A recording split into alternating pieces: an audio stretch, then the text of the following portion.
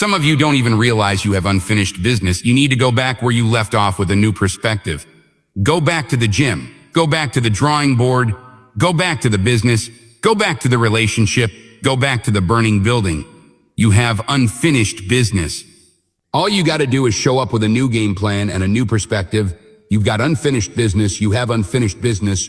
You got work to do. Perspective is everything. Let's go. I need you to hear me loud and clear. How you see this thing is everything.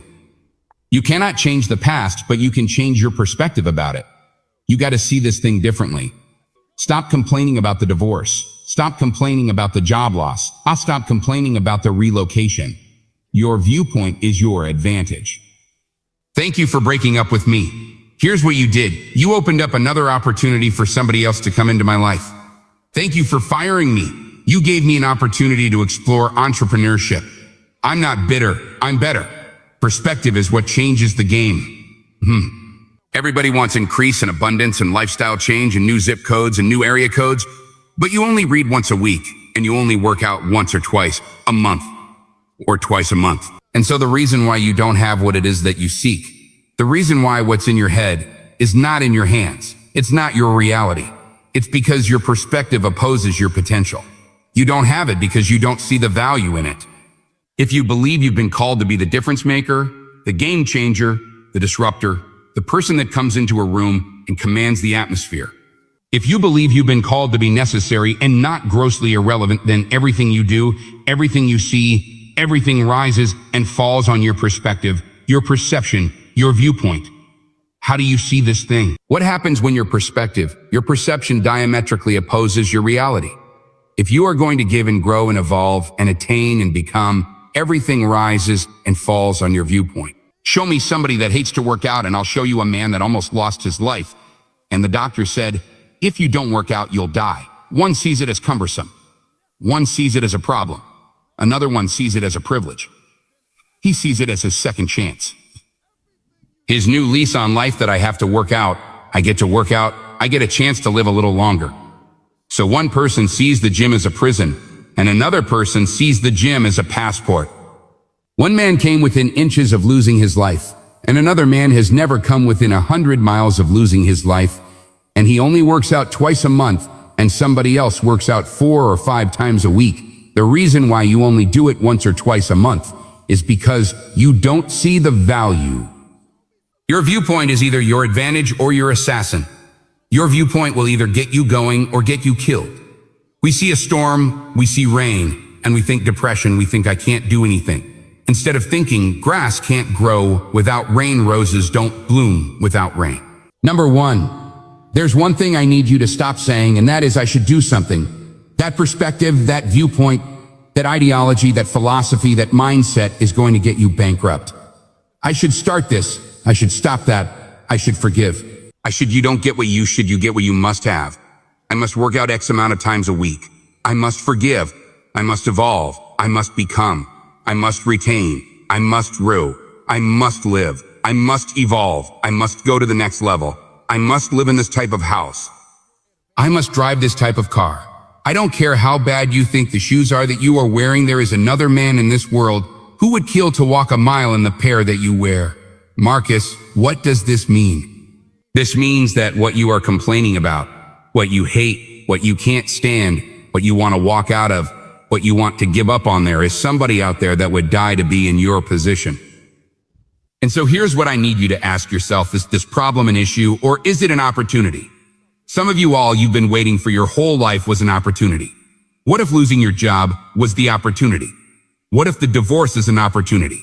What if the bankruptcy is an opportunity? What if the one you loved was an opportunity for you to reconnect with somebody and forgive them? I need you to see the bigger picture. I need you to have a little gratitude. You need to learn how to smile. You need to work out.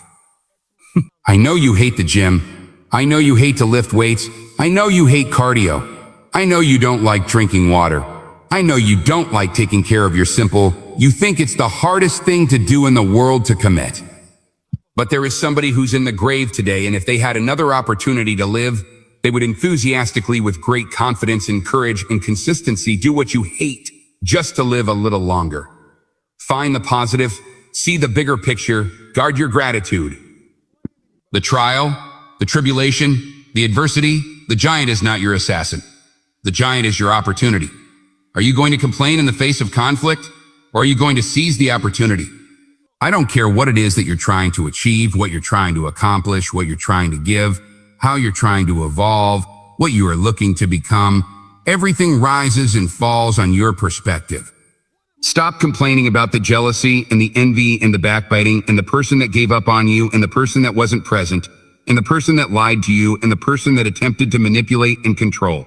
I'm not weary. I'm wiser. I'm not toxic. I'm triumphant. I see this thing differently. This season that you've entered into did not come to break you.